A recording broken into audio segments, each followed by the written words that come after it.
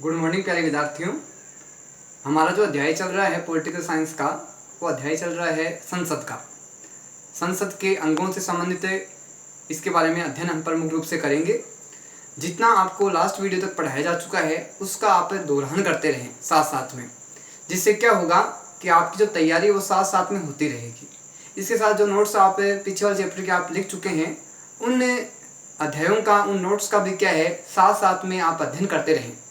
जितने ज़्यादा हमें अध्यायों का दोहरान होगा अपना, जितनी बार अपन उसको रीड करेंगे उतनी अच्छी अपनी तैयारी होगी। साथ साथ में जो प्रीवियस वीडियो है उनको भी साथ साथ में देखते रहें और अपने अध्ययन को लगातार है वो जारी रखें। और किसी भी प्रकार से कोई भी समस्या हो तो आप किसी भी प्रकार की समस्या का हल है वो आपका आवश्यक रूप से कर दिया जाएगा। वो आप जब अपनी लाइव क्लास वगैरह होती है तो उसमें आप अपनी समस्याओं का क्या है कि निस्तारण करवा सकते हैं। अब आज बात करेंगे हमें संसद के अन्य कुछ पक्षों की, संसद के गठन की, किस प्रकार से संसद का गठन होता है, किस प्रकार से संसद की अन्य प्रक्रियाएं रहती है, जी संसद की योग्यताओं से संबंधित हो, संसद की शपथ से संबंधित हो, चाहे गणपूर्ति से संबंधित हो, इनके बारे में प्रमुख रूप से अध्ययन आज हम करेंगे। बात आती है हमारे सबसे पहले आज बिंदु, वो है संसद का गठन। यानी संसद का जो गठन है वो प्रमुख रूप से कब हुआ और प्रमुख रूप से संसद में प्रमुख रूप से कौन कौन से अंग आते हैं जिनके कारण संसद है उसका निर्माण होता है, तो इसके बारे में विस्तार से चर्चा करेंगे। बात आती है संसद की स्थापना है वो कब हुई थी। सबसे प्रमुख बात और सबसे पहला अपना क्वेश्चन यही आता है कि संसद का गठन कब हुआ था, किस प्रकार से इसकी संरचना का निर्माण किया गया था। तो इसका जो गठन हुआ था वो हुआ था 26 जनवरी 1950 को। संसद की स्थापना कब हुई थी? 26 जनवरी 1950 को संसद की स्थापना की गई थी। बात आती है कि संसद का जो गठन है वो कौन से अनुच्छेद के तहत संसद का गठन है वो किया गया है। तो संसद का जो गठन है वो अनुच्छेद 79 के अंतर्गत क्या है कि संसद का गठन है किया गया है और संसद के अंगों का उसमें वर्णन बाद में अलग अलग अनुच्छेदों के अंतर्गत किया गया है। बात आती है कि संसद के सदन कितने हैं। तो संसद के प्रमुखतः 2 सदन होते हैं और इसका एक उसका अभिन्न अंग होता है। संसद है उसके 2 अंग बताए गए हैं, प्रमुख रूप से 2 प्रकार बताए गए हैं, वो है लोकसभा और राज्यसभा। संसद के कितने सदन हैं? 2 सदन है, लोकसभा और राज्यसभा। अब बात करते हैं इसके अभिन्न अंग की। जो संसद का एक महत्वपूर्ण हिस्सा है वो है राष्ट्रपति। इस प्रकार हम कह सकते हैं कि संसद का जो गठन है प्रमुख रूप से 3 अंगों से मिलकर होता है, लोकसभा, राज्यसभा और राष्ट्रपति। और इसके साथ ही क्या है, संसद का प्रमुख रूप से कार्य क्या है, लोकतांत्रिक शासन व्यवस्था की स्थापना करना, जनता का प्रतिनिधित्व करना और जनता से विकास से संबंधित इस प्रकार से कार्य करे कि जनता को किसी प्रकार की समस्याओं का सामना नहीं करना पड़े। बात आती है संसद के जो सदस्य हैं उनमें प्रमुखतः कौन सी योग्यताएं होनी चाहिए जिसके कारण वो संसद के सदस्य बने सके। अब संसद की बात आई तो यहाँ ध्यान रखना, संसद के 2 अंगों से अपन बात करें प्रमुखतः, कौन कौन से, लोकसभा और राज्यसभा। इन दोनों का सदस्य कोई व्यक्ति बनता है तो उसमें प्रमुखतः कौन कौन सी योग्यताओं का होना प्रमुख रूप से बताया गया है, आवश्यक लक्षण माने गए हैं। तो प्रमुख से बात आती है व्यक्ति को भारत का नागरिक होना चाहिए। जो भी व्यक्ति चाहे लोकसभा में शामिल हो चाहे वो राज्यसभा में प्रतिनिधि करता हो, वो प्रमुखतः पहले बात भारत का नागरिक होना चाहिए। किसी दूसरे व्यक्ति को, दूसरे देश के व्यक्ति को भारत की संसद में शामिल नहीं किया जाएगा। ये सिर्फ भारत में रहने वाले लोगों की ही संसद है। बात आती है कि राज्यसभा का कोई सदस्य बनता है तो उसकी न्यूनतम आयु है वो कितनी होनी चाहिए कि वो राज्यसभा की पात्रता रख सके। तो 30 वर्ष की आयु का व्यक्ति है वो योग्यता होने पे राज्यसभा का सदस्य बन सकता है। ध्यान रखना, राज्यसभा और लोकसभा दोनों के लिए सदस्यता की जो आयु है वो दोनों अलग अलग है। राज्यसभा में सदस्यता की आयु है 30 वर्ष। वहीं बात करें लोकसभा में सदस्य बनने के लिए व्यक्ति में न्यूनतम कितनी आयु बताई गई है, तो राज्यसभा से 5 वर्ष कम बताई गई है। किसमें? लोकसभा में। इस प्रकार लोकसभा सदस्य बनने के लिए व्यक्ति की जो उम्र है, आयु है, कम से कम 25 वर्ष होनी चाहिए। बात आती है संसद के द्वारा निर्धारित योग्यताएं। अन्य बहुत सारी योग्यताएं हैं जो व्यक्ति को संसद के सदस्य बनने के लिए निर्धारित की गई है।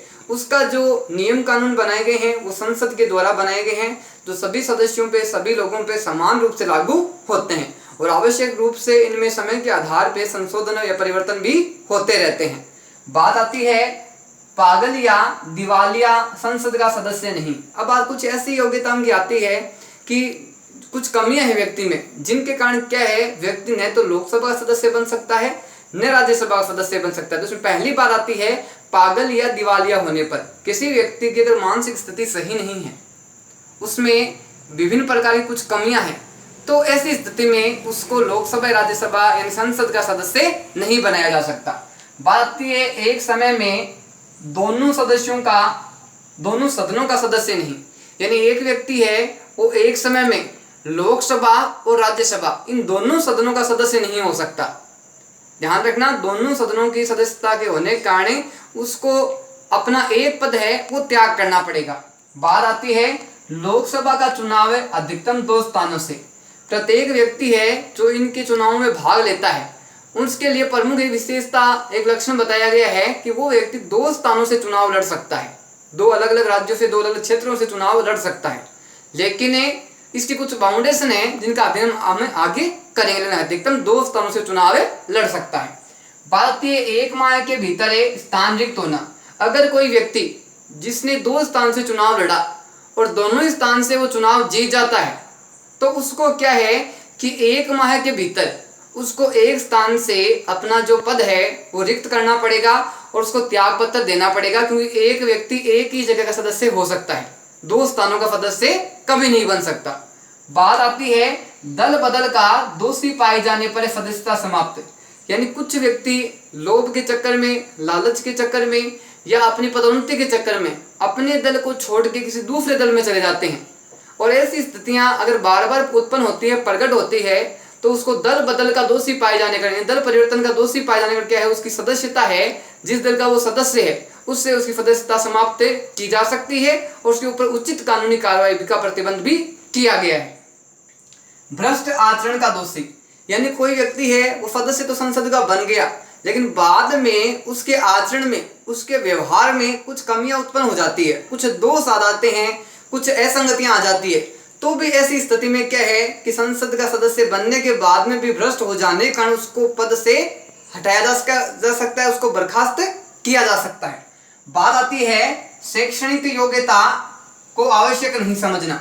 हम देखते हैं भारत की चुनाव पद्धति में कि यहाँ शिक्षा यानी एजुकेशन, यानी उसकी जो प्राप्त योग्यता है शिक्षा के संबंध में, उसको महत्व नहीं दिया गया है। कोई व्यक्ति अगर कम पढ़ा लिखा है तो भी क्या है कि वो राजनीतिक पद प्राप्त कर सकता है, संसद का सदस्य बन सकता है, लेकिन ये बात आती है जहां अपने ग्राम पंचायतों के पंचायत के चुनाव होते हैं, वहां पे कुछ योग्यताएं निर्धारित कर दी गई है। अगर वो पंचायत का सदस्य बनता है तो उसको कम से कम जो सदस्यता के लिए उसकी शैक्षणिक योग्यता बताई गई है वो कम से कम कुछ स्थानों पे क्या है कि 10वीं कक्षा तक कर दिया गया है। और जहाँ कुछ क्या है कि जो सरपंच वगैरह बनते हैं उनके लिए भी क्या है शिक्षा का जो मापदंड है वो निर्धारित किया गया है। कुछ जगह पे 5वीं तक होना आवश्यक है प्रमुख रूप से, कुछ जगह पे 8वीं, और कुछ जगह पे क्या है पंचायत के जो चुनाव वगैरह होते हैं उनकी सदस्यता के लिए, योग्यता के लिए 10वीं पढ़ा व्यक्ति होना आवश्यक है। फिर भी कहा जाए तो राजनीतिक क्षेत्र में शिक्षा यानी एजुकेशन और इसके साथ उनकी डिग्रियों का महत्व कम दिखाई देता है। बात आती है शपथ की कि जो ये संसद के सदस्य हैं, चाहे वो लोकसभा के हो चाहे वो राज्यसभा के हो, उन सदस्यों को शपथ कौन दिलाता है? तो प्रमुख रूप से जो शपथ दिलाई जाती है संसद के जो सदस्यों को संबोधन, यानी संसद के सदस्यों को हम क्या कह के पुकारते हैं या उनको किस नाम से जाना जाता है? तो संसद के जो सदस्य हैं उनको सांसद है अथवा एमपी कह के पुकारा जाता है। सांसद या एमपी कह के उनका संबोधन है, उनका उद्बोधन है प्रमुख रूप से किया जाता है। बात आती है कि एमपी का जो फुल मीनिंग है वो क्या है? तो एमपी का जो फुल मीनिंग है वो है मेयर ऑफ ए पार्लियामेंट। क्या है एमपी की full form? Mayor of A parliament. बात आती है कि ये जो शपथ लेते हैं संसद के सदस्य, ये प्रमुखतः किसके समक्ष, किसके सामने उपस्थित होके शपथ लेते हैं? तो इनको जो शपथ दिलाता है वो राष्ट्रपति दिलाता है। कौन दिलाता है?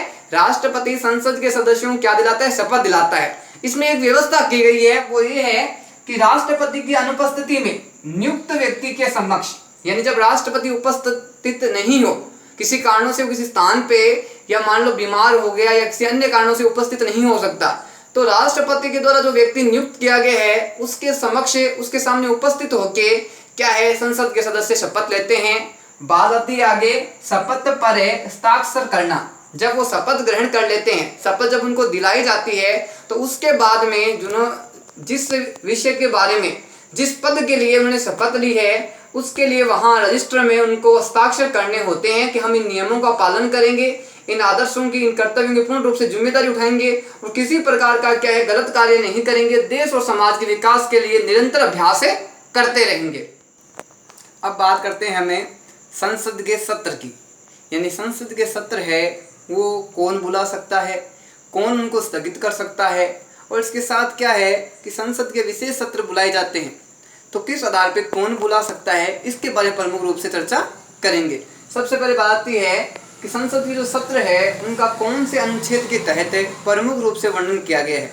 तो अनुच्छेद 85 के अनुसार संसद के सत्रों का है वो प्रमुख रूप से वर्णन किया गया है, उनकी व्यवस्था की गई है।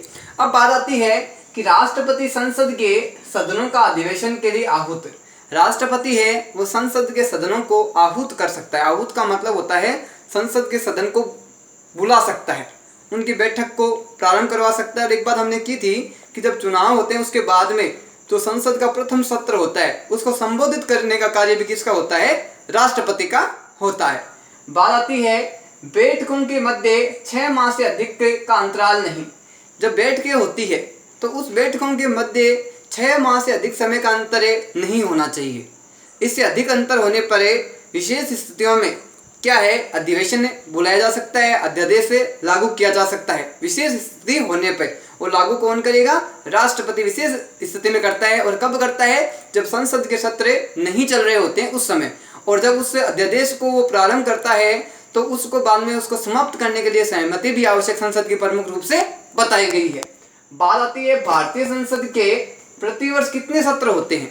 साल में जो भारतीय संसद है उसके साल में कितने सत्रों का आयोजन प्रमुखतः किया जाता है। तो ध्यान रखना, प्रतिवर्ष भारतीय संसद में 3 सत्रों का वो प्रमुखतः क्या है कि कार्य प्रमुख रूप से किया जाता है। अब बात आती है 3 सत्र कौन कौन से हैं और कौन कौन से माह में इनकी सभाओं का, इनकी बैठकों को प्रारंभ किया जाता है। तो बात करते हैं हम 3 सत्रों की। पहला जो सत्र आता है वह है बजट सत्र, दूसरा है मानसून सत्र और तीसरा है शीतकालीन सत्र। इस पर 3 इसके सत्र बताए गए हैं, बजट सत्र, मानसून सत्र और शीतकालीन सत्र। इन तीनों के क्या है, समय अलग अलग है, माह इनके अलग अलग हैं और अलग अलग विषयों से संबंधित, अलग अलग कार्यों से संबंधित विशेष चर्चा इन सत्रों में प्रमुख रूप से की जाती है। पहले सत्र की बात करते हैं कि बजट सत्र है वो प्रमुखतः कौन से माह में होता है। तो बजट सत्र का जो आयोजन है प्रमुख रूप से फरवरी से मई माह के मध्य बजट सत्र है उसका प्रमुख रूप से आयोजन है, यह कार्यक्रम किया जाता है। भारतीय द्वितीय सत्र कौन सा है अपना, वो है मानसून सत्र। और मानसून सत्र है वो कब प्रारंभ किया जाता है और कब समाप्त होता है। तो प्रारंभ है स्थिति इसकी जुलाई में और इसका समाप्ति कब की जाती है, सितंबर माह में मानसून सत्र समाप्त हो जाता है। बात आती है तीसरे सत्र की। तीसरा सत्र है हमारा शीतकालीन सत्र। इसका प्रारंभ है वो नवंबर माह में किया जाता है और इसको समाप्त दिसंबर माह में किया जाता है। इस प्रकार 3 सत्रों की व्यवस्था है भारतीय संसद में की गई है। बात आती है कार्रवाई को स्थगित करने का अधिकार किसके पास होता है। तो संसद की जो कार्रवाई चल रही होती है, जो सभाएं चल रही होती है, उसको समाप्त करने का अधिकार प्रमुख रूप से किसके पास होता है। तो पीठासीन अधिकारी होता है, जो उसके पास क्या है कि संसद की कार्रवाई को स्थगित करने का, रोकने का या कुछ बीच में अंतराल देने का उसके पास अधिकार होता है। अब आते हैं कि पीठासीन अधिकारी होता कौन है, तो इसके बारे में चर्चा प्रमुख रूप से हम करेंगे। बात आती है लोकसभा में जो पीठासीन अधिकारी है वो किसको कहा जाता है। तो लोकसभा में पीठासीन अधिकारी वह व्यक्ति होता है जो लोकसभा का अध्यक्ष होता है। लोकसभा के अध्यक्ष को पीठासीन अधिकारी प्रमुखतः कहा गया है। बात आती है कि राज्यसभा में पीठासीन अधिकारी कौन होता है। तो राज्यसभा का जो सभापति होता है, जो उसका बैठकों की व्यवस्था करता है प्रमुख रूप से, उसको क्या कहा गया है, पीठासीन अधिकारी सभापति को कहा गया है। बात आती है सत्रावसान करने का अधिकार किसके पास में है। सत्रावसान का मतलब होता है सत्र को समाप्त करने का अधिकार।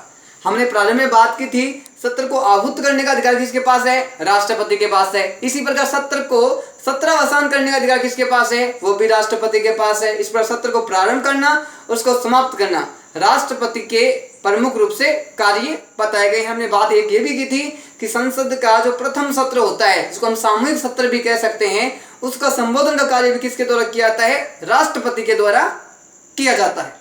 बात आती है गणपूर्ति कोरम की। गणपूर्ति का मतलब होता है कि कम से कम कितने सदस्य हो कि संसद के जो सदन है उनकी बैठकों की कार्रवाई प्रारंभ की जा सके। इसके लिए क्या है कि गणपूर्ति कोरम की व्यवस्था की गई है, जिसके तहत लोकसभा और राज्यसभा में कितने सदस्य हो कि बैठक प्रारंभ की जा सकती है। इसके बारे में प्रमुख रूप से हम चर्चा करेंगे। बात आती है गणपूर्ति का अर्थ क्या है। गणपूर्ति का जो सामान्य अर्थ है वो होता है न्यूनतम सदस्य संख्या, यानी कितने सदस्य सदन में उपस्थित हो कि बैठक की कार्रवाई को प्रारंभ किया जा सकता है। इस प्रकार गणपूर्ति का जो अर्थ है वो वह न्यूनतम सदस्य संख्या। बात आती है सदनों की कार्रवाई का वैधानिकता प्राप्त, यानी जो सदन में कार्रवाई हो रही है उसको कानूनी रूप से वैधानिक मान्यता कब प्राप्त होगी, जब सदन में न्यूनतम सदस्य उपस्थित होंगे और जो संख्या निर्धारित की गई अगर उनसे कम हो उपस्थित है तो उस कार्रवाई का कोई महत्व नहीं होता, कोई उसके औचित्य नहीं होता, किसी प्रकार से उस कार्रवाई और व्यवस्था को नहीं माना जाएगा। बात आती है कि पीठासीन अधिकारी सहित सदन में न्यूनतम सदस्य संख्या, यानी जो न्यूनतम सदस्य संख्या निर्धारित की गई है उसमें पीठासीन अधिकारी या जो सभापति होता है या जो अध्यक्ष होता है उसको साथ में जोड़ा गया है। उसके बाद में न्यूनतम संख्या ज्ञात की जाती है। बात आती है कुल सदस्य संख्या का 10वां भाग, यानी कुल सदस्य संख्या है उसका 10वां भाग है वो किसी बैठक में होना आवश्यक है। तो एक उदाहरण के रूप में हम सामान्य समझें तो मान लो कि 100 सदस्य हैं कुल, और 100 सदस्य मान लो कम से कम 10 सदस्य हैं, तब तक उस बैठक का महत्व है। और 10 से कम सदस्य अगर होते हैं तो उस बैठक का कोई महत्व नहीं है, कोई औचित्य नहीं है। हम ये लोकसभा और राज्यसभा के माध्यम से समझने का प्रयास करेंगे। बात आती है कि लोकसभा की न्यूनतम सदस्य संख्या कितनी होनी चाहिए कि लोकसभा की बैठक प्रारंभ की जा सके और उसकी कार्रवाई जो की जा रही है उसको कानूनी मान्यता प्राप्त हो सके। तो लोकसभा में जो न्यूनतम सदस्य संख्या बताई गई है वो बताई गई है 55 सदस्य। कम से कम 55 सदस्य होने पे सदन लोकसभा की कार्रवाई को प्रारंभ कर सकता है। बात आती है राज्यसभा में न्यूनतम सदस्य संख्या कितनी होनी चाहिए। जहां लोकसभा में सदस्य संख्या अपने पास ज्यादा है वही राज्यसभा में सदस्य संख्या कम है, तो उस आधार पर जो इसका 10वां भाग आता है किसका, राज्यसभा का, वो न्यूनतम कितने सदस्य होने चाहिए, 25 सदस्य होने पे क्या है कि राज्यसभा की कार्रवाई को प्रारंभ किया जा सकता है। इस प्रकार सदस्य संख्या का जो 10वां भाग होता है पीठासीन अधिकारी सहित उसमें गणपूर्ति के कोरम की व्यवस्था की गई है। गणपूर्ति का मतलब क्या होता है, न्यूनतम सदस्य संख्या का सदन में शामिल होना।